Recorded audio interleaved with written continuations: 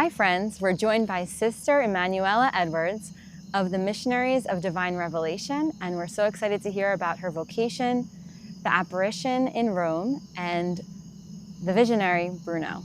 So Sister, welcome.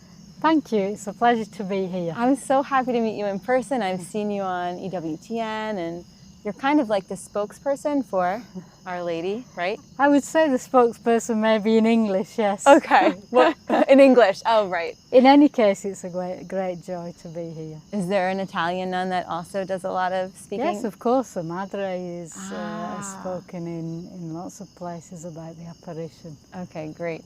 So first tell us a little bit about your story, how you became a sister. Well, you know, I always kind of felt called, you know, I always loved the Lord. And, you know, as a young girl, you know, when I went to Lourdes, I came home and thought I wanted to become a nun. You went to France, you're saying? Yes. Lourdes, France? Okay. Yes. Aww. Of course, but, you know, time passes and you grow up and things, you know, you start to progress your career. And so with one reason or another, you know, I kind of always, you know, put the question to the back of my mind. And it was kind of a fight when I was 18 years old. I had this huge fight with the Lord, you know. I could feel the call, but I could also feel, you know, that desire to have a normal life, you know. And so time went by. And then when I was about 24 years of age, I heard the story of the Virgin of Revelation.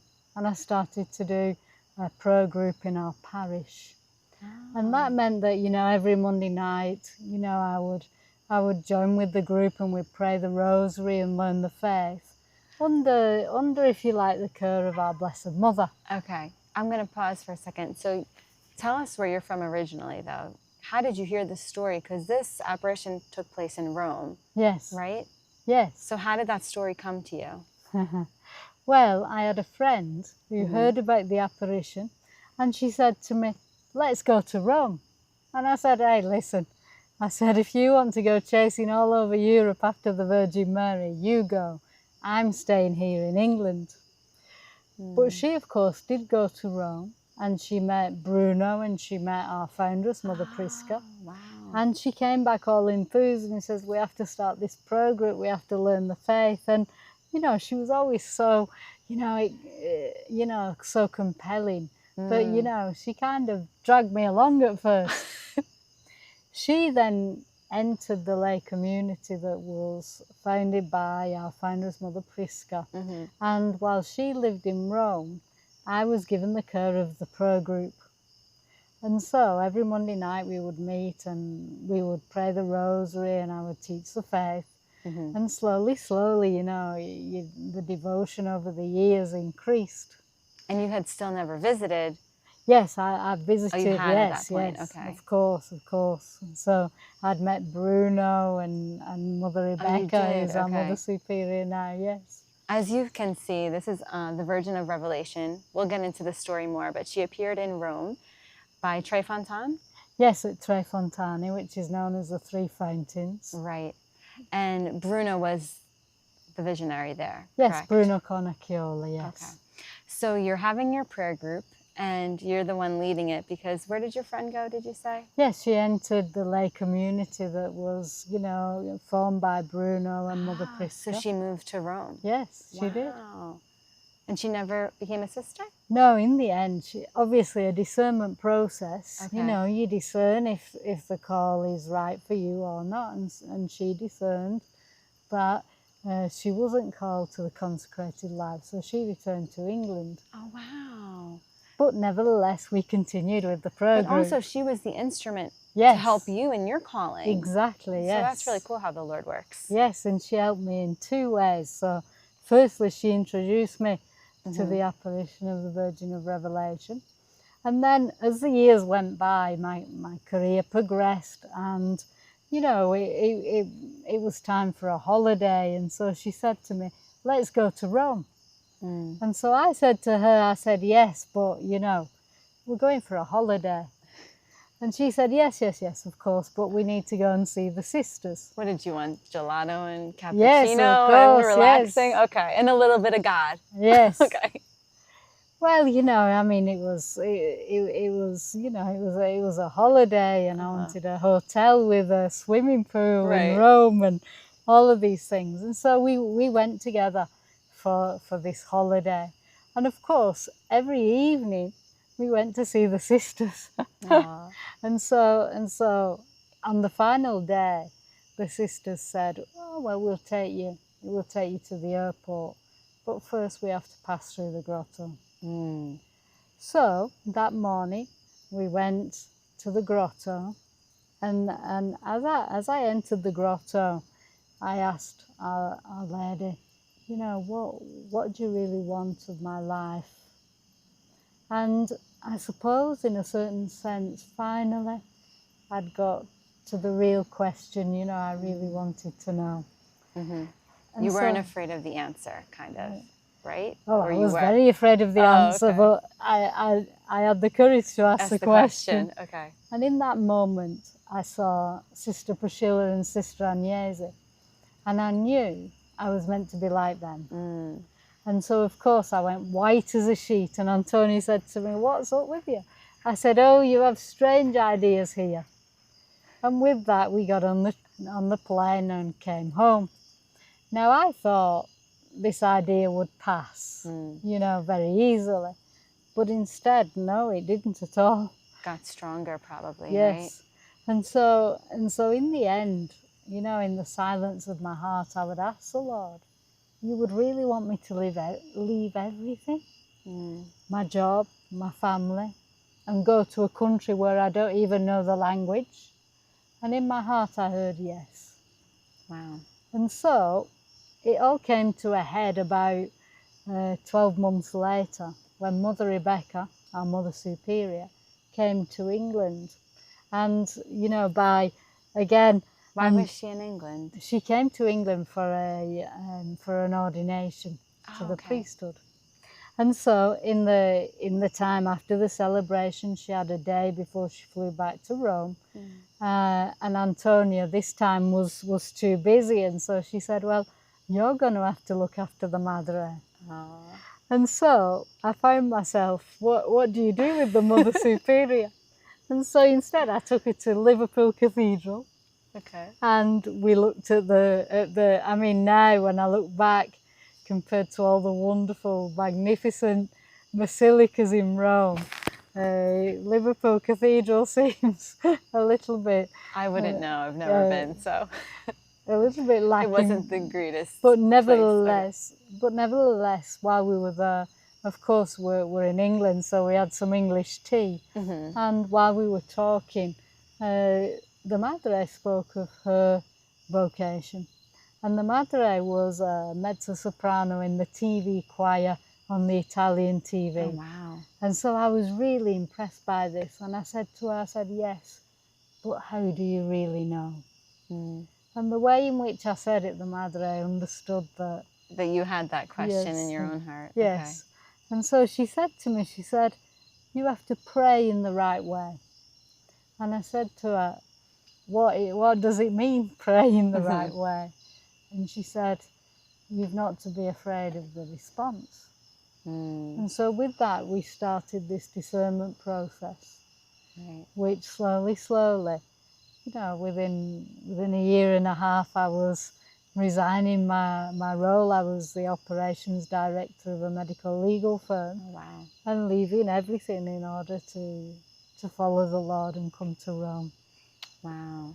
So first you had the courage to ask, and then you had the courage to go. Yes, right? Of course. It was twofold in a sense. Yes. And you said you were a later vocation, 37, I want to say?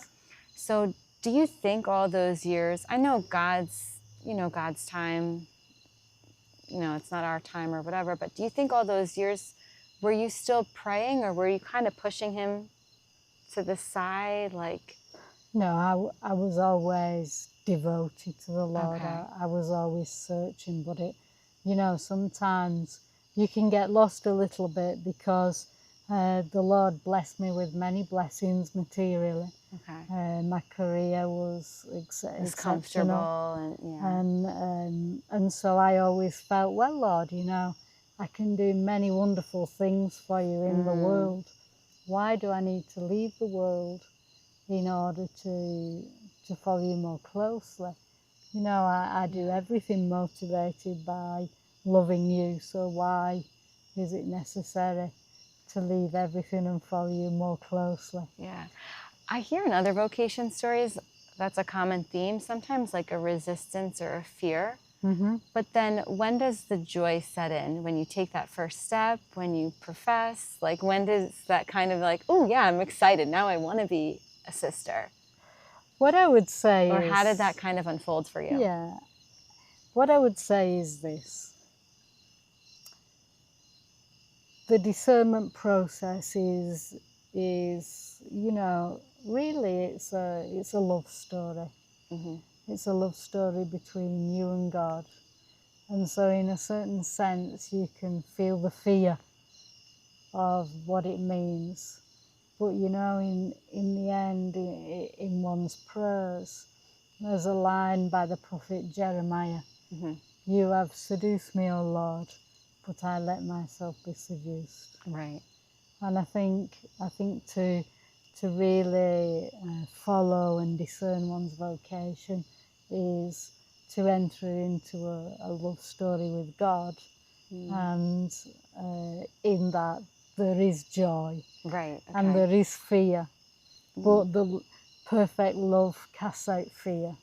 And so somehow the Lord sends us always someone to help us in that path. For me, it was our Mother Superior, who was a constant spiritual guide, because it's important to have a spiritual guide.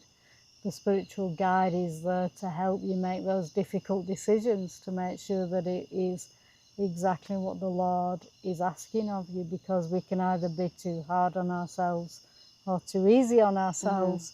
And so a spiritual guide is necessary so that you understand the ways of the Lord.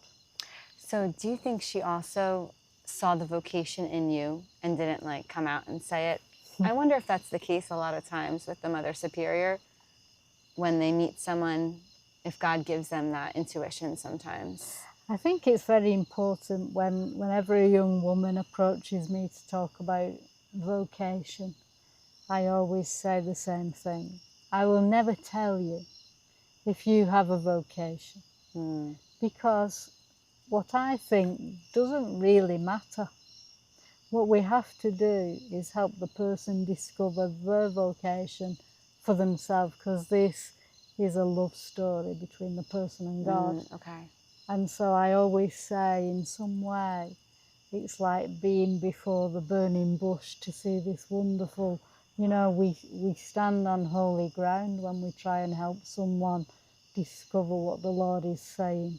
And so it isn't for But you us. can't speak for the Lord, like you're saying. You don't want to be the one speaking for the Lord, No, saying it's the you're Holy called or not. Spirit who has to be the protagonist. So you have to listen to the person and give them the best advice. But it isn't a science. You can't say definitely yes and definitely no. And the person themselves has to come to the conclusion that the Lord is calling them to the religious life.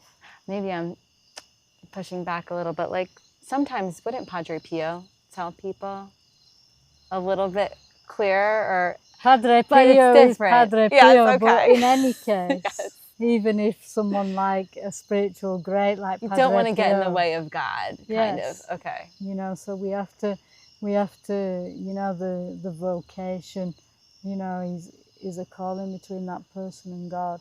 And so those who do the discernment are there to help the person discover that vocation, to discover it, but they have to come to that in their hearts with the Lord. Okay. All right, so now you're a sister, so I would like to also get into the story of Our Lady. So tell us a little bit about the apparition, time period, what was going on in the world at that time, like the dynamics of everything.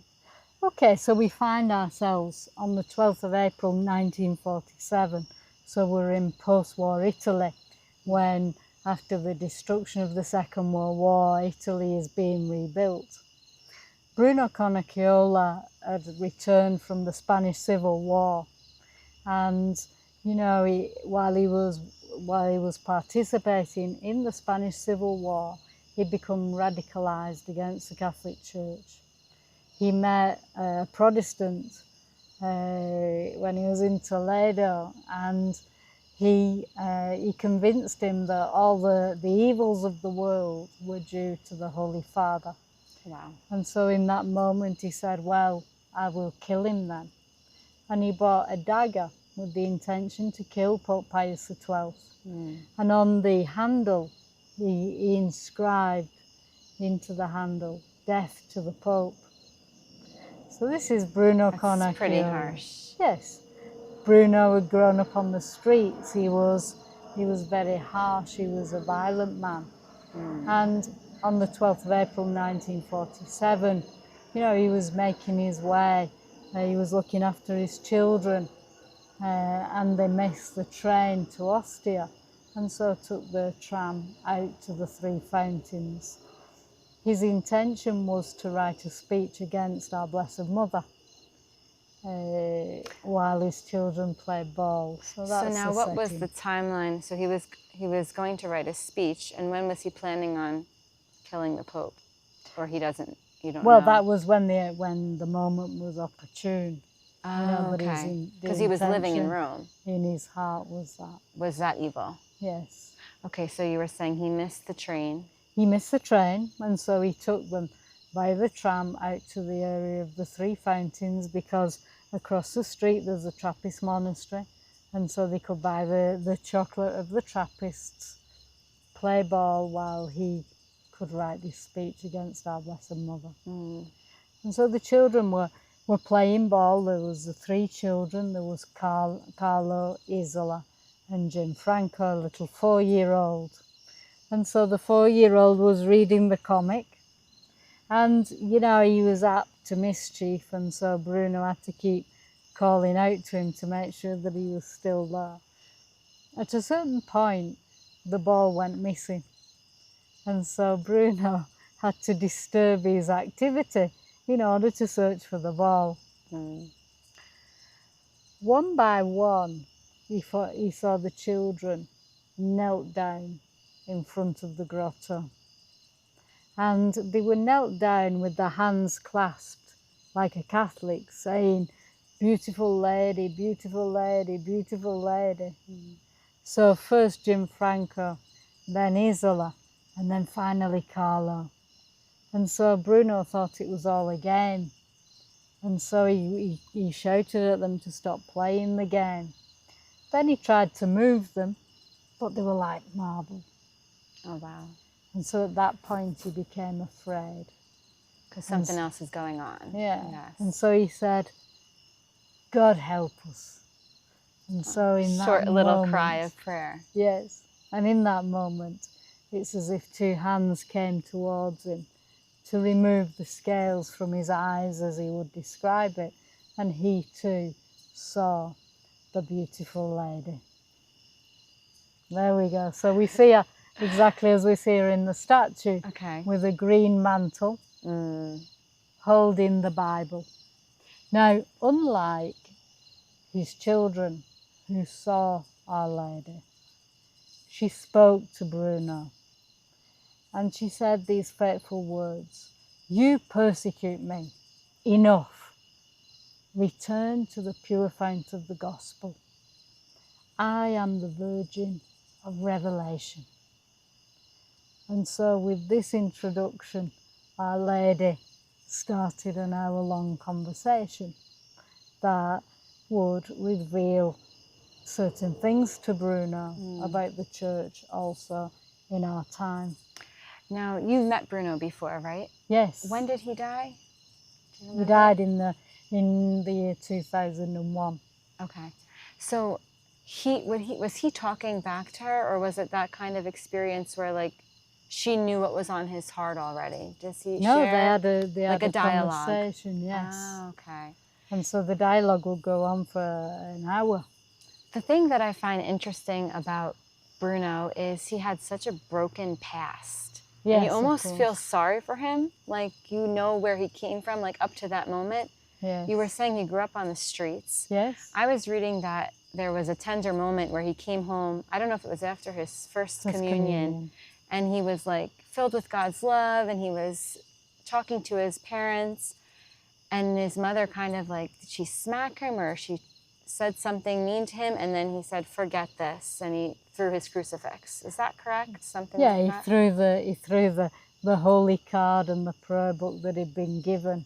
So what happened was, after his first Holy Communion, he returned home, because the day previously he'd run off from his home. Okay. And so the first thing he wanted to do was make it right with his mother. And so when he made it right with his mother, she gave him a good smack, really, so hard that he fell down the stairs.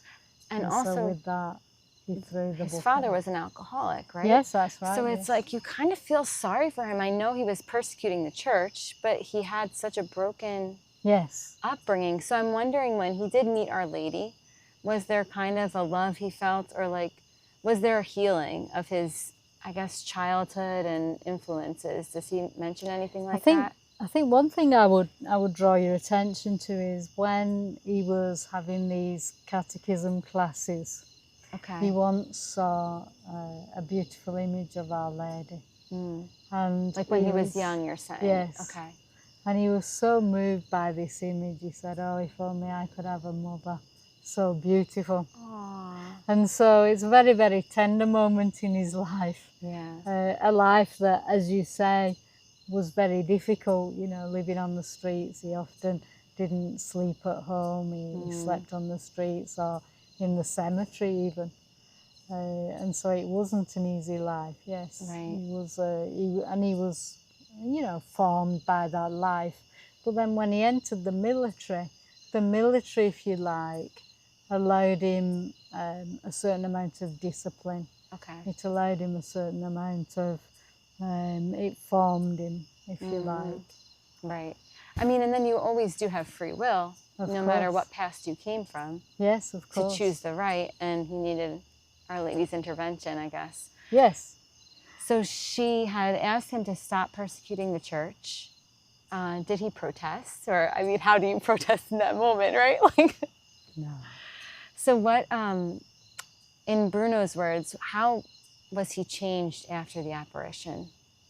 Well, you know, there's a plaque outside the grotto where Bruno recounts what happened, you know, and so he said, you know, I fell down from my horse of pride. You know, I was alive, but I was dead.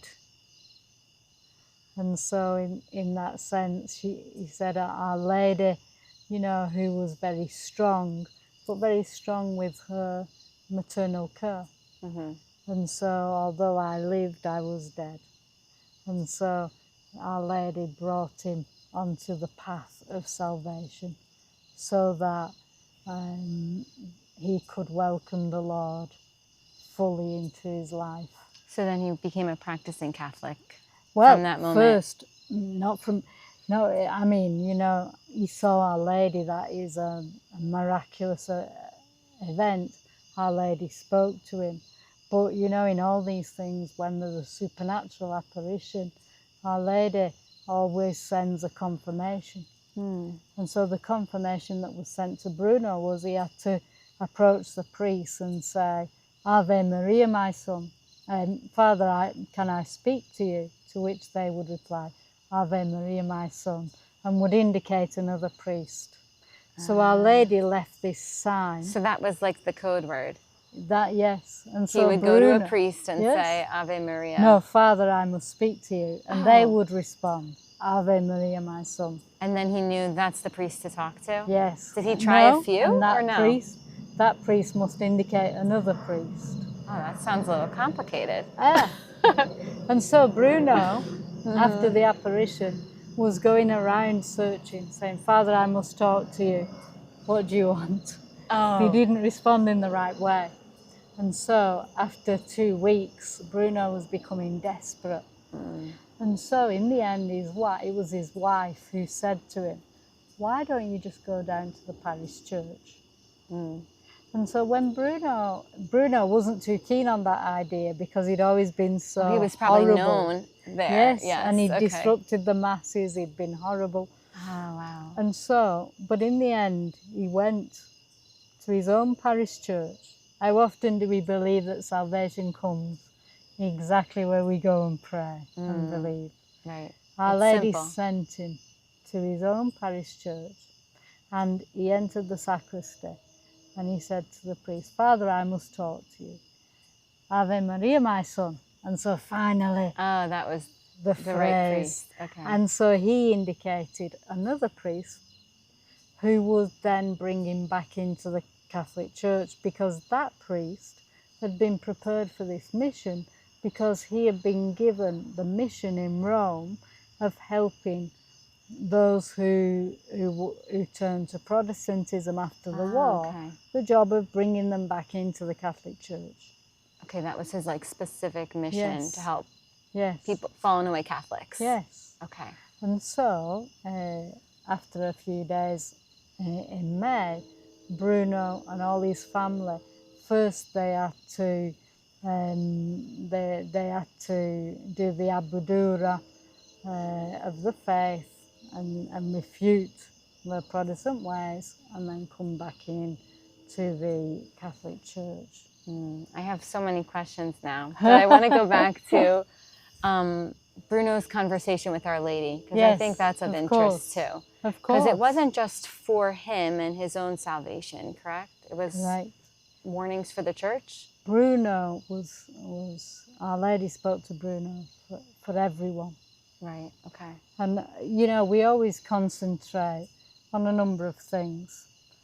Our Lady, firstly, now we have to remember Our Lady appears holding the scriptures, talking to a Protestant. And Our Lady said to Bruno, "The true church of my son is founded on 3 white loves: the Eucharist, the Immaculate, and the Virgin Mary." And so this is very, very important, because when you're talking to a Protestant, you know, the apologetic question is that, isn't it? Yeah. Which is the true church of Jesus Christ? And so Our Lady gave us the indications: belief in the Eucharist, belief in Our Lady, and the Magisterium and the Holy Father. And so these 3 white loves, if we apply them to the Protestant church, do they believe in the Eucharist?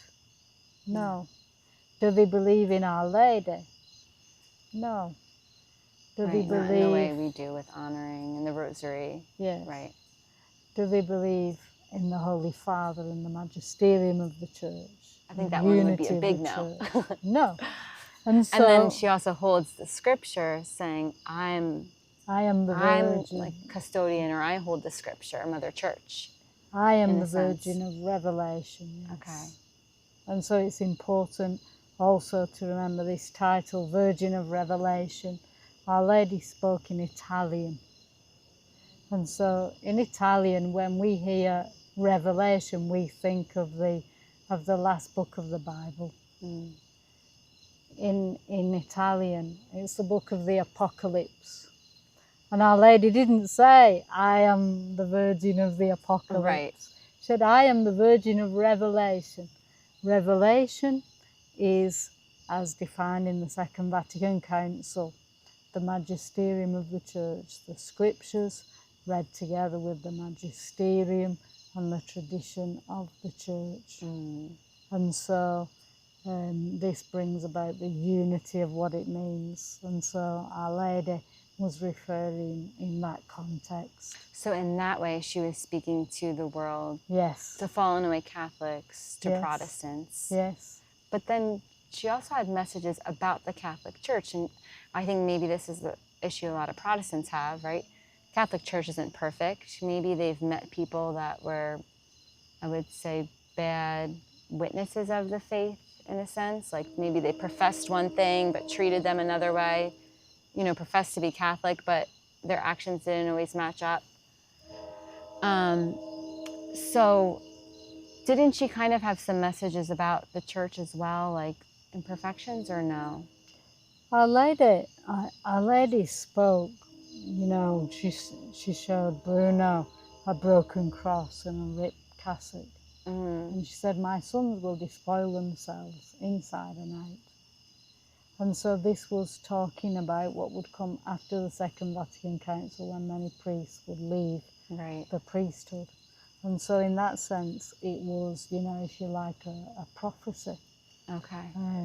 And so, you know, in that sense, Our Lady was also the cure for this, because she said, tell them to call me mother. I am the mother of the united clergy. I am the mother of the pure clergy. I am the mother of the holy clergy. And so Our Lady, as the protagonist, puts herself, puts the priests in particular under her maternal care. So after this apparition, then Bruno finally finds the priest, right? And what was his mission after? Like, once he's practicing Catholic, you know, a changed man on the path of holiness, what was his mission? Was he reaching out to Protestants more? Was he catechizing within the church? What did his life look like? Bruno, you know, Bruno, if you think about it, after his conversion, you know, he had to leave the many people who he'd led into error. And so he had to, you know, he would have been criticised by the people who he knew, and he would have been viewed with suspicion by those in the Catholic Church, and that was certainly the case. And so, and at the same time, he had this wonderful catechesis based on the scriptures, which in 1947 was somewhat unusual. And so Bruno, his journey was a journey of conversion ever more perfectly to what Our Lady called him to do. And she called him to, you know, to go out and to catechize, and he was given permission by Pope Pius XII to go and recount this story and to spread the message of what Our Lady was calling him to do. And so in that sense, that became Bruno's mission, and he founded a catechetical association along with our foundress, Mother Prisca. Mother Prisca came from Sicily looking for work in Rome, and she had a dream. You know, she came with her mother and she was looking for work. It was a very difficult time, and she had this dream of Our Lady, who she said, who bowed 3 times in the dream. Oh, will I find work? Yes, yeah, I'll find work here in Rome. And so there's this indication with 3 bows. And then in the morning she recounted this dream to her mother, and her mother said, go and ask Bruno, what does it mean? And when Bruno saw her for the first time, he bowed 3 times. And he said, you have to do an opera with me. Of course, opera in Italian, like a work, right? So it means work, but it can also mean a lyrical work. And so our founders responded, I don't know how to sing or dance. And Bruno corrected her, saying, no, it will be a catechetical work, and that's what was founded. So your mission is catechetical then as well? Of course, Our Lady. For the Missionaries of Divine Revelation? Yes, the Missionaries of Divine Revelation. After the death of our foundress, we founded the lay community, wanted to remain as a lay community. And so the Diocese of Rome said, to those who had consecrated their life, along with our foundress, if you want to have a formal religious order, you must leave the association. And so that's what happened, and the Missionaries of Divine Revelation was founded in 2001. Oh, wow. And when did you join? What year? I joined in 2007. Oh, wow. There's so much more to the story, right, Sister? Of course. Like, people can find out more information about Bruno, about what Our Lady said to him, even about the grotto. And even the backstory. I know there's like a lot about like preparation for that apparition as well. Of course, yes. Like other people were kind of praying. The story of Luigina Sinapi, yes. Yes. So where could people learn more about the story, about your order? Yes. And even pilgrimage to the shrine. Yes, of course. We have a website, www.mdrevelation.org. You can find everything there. Oh, great. Well, thank you so much. We're running out of time, but I'm so grateful for you saying yes to our Lord. Thank you. Also, I was telling you before, you said you're a later vocation, but you're very busy now traveling, correct? So it's like making up for lost time. Of course, our Lady calls us to do that, and so we seek to bring this wonderful story to everyone in the world. And what are most people go to Our Lady for what intention? For conversion? What have you seen at the shrine? Our Lady during the apparition said, "With this soil of sin, I will work great miracles for the conversion of unbelievers and sinners." And so there has been every kind of miracle. Wow. So there's been physical healings, healings of marriages, healings of psychological problems, every form of physical and emotional suffering Our Lady has resolved through her intercession under this title of Virgin of Revelation. Oh, great. Well, thank you so much, Sister. It was a pleasure speaking with you. No, the pleasure was mine. Thank you. God bless. God bless.